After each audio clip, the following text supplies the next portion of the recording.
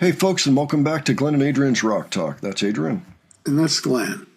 And today we're going to take a look at Allie's equipment rundown from what appears to be May of 2020, when all three sisters did a rundown of the gear that they were using. We just did POWs, and that was really interesting since she actually runs the bulk of the show as well as doing the drums. Using her Ableton software, and she went through things like the in-ear monitors and the headset that she uses for a microphone, all really interesting information that we've wondered about for a while anyway. So we are also curious about Allie at this point in time. I know that her gear has changed. Chances are we'll see a few things here that we recognize, but there's probably been many bases to come ever since. It's been about 4.5 years, so that would not surprise me. So Adrian, you know anything about this? Nope. What'd you think about POWs? POW's video was very informative. And she went into detail about the drums, which was my favorite part. She also went into detail about the in-ears monitors and the microphone, the headset microphone. Just pretty impressed with her knowledge of that, and also her knowledge of the knowledge of the software. Yeah. Yeah, necessity is the mother of invention. Yeah, so she provided a fascinating insight. So let's see what we have for Allie here. This would be right after the pandemic started, so probably a good time to be doing these. All right, let's go ahead and take a look. Hey guys, today I'm going to be doing an equipment rundown, so hope you enjoy it. Official Spector bass. So guys, this bass was gifted to me by a fan called Thomas Elgin, and I'm honestly so grateful because this bass honestly changed my life. I had never really grabbed like a full-length bass until Thomas gifted me this bass, and once I plugged it in, oh my god, I just completely fell in love with this bass. So guys, this bass right here is a Euro 4 bass, and honestly guys, the sound this bass can produce is just amazing. It's such a powerful sound, yet such a clear and defined sound. It just sounds so good, and I am so proud to say that I am part of the Spector family, and yeah. DR high beams. So guys, these strings I use are by DR, and I use them in the model High Beams. These strings are so amazing. They have a very bright sound, not very harsh, not a very like harsh, bright kind of sound, but just bright enough, if you know what I mean. And the best part of these last so long without losing that nice bright sound that they produce when you first put them on your bass.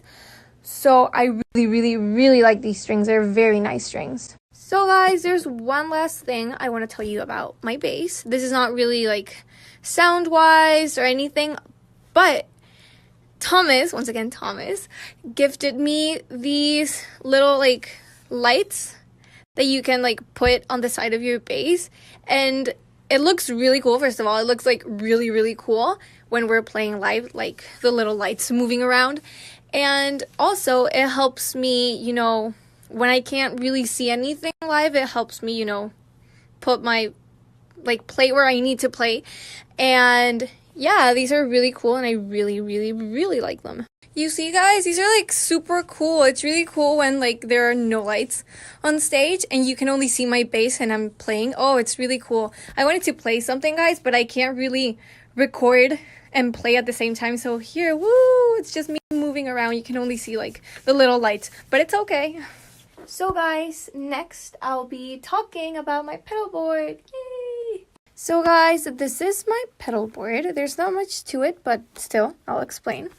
This is the wireless system I use for live shows. This just activates the wireless system and deactivates it. So when it's red, I can use the wireless system. When it's green, I just use a normal cable, right? This guy right here, I recently got this. Right now, I don't really use it that much because for live shows, I don't really use any effects. I use a clean sound. But this will come in handy for the next album, because the next album does have, the bass does have like a ton of effects. So that's why we actually got this. Right now I only use it as a tuner, basically. But yeah.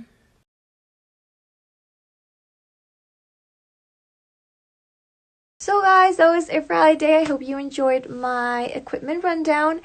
And I hope you all have a happy Sunday. And stay healthy, guys. Bye.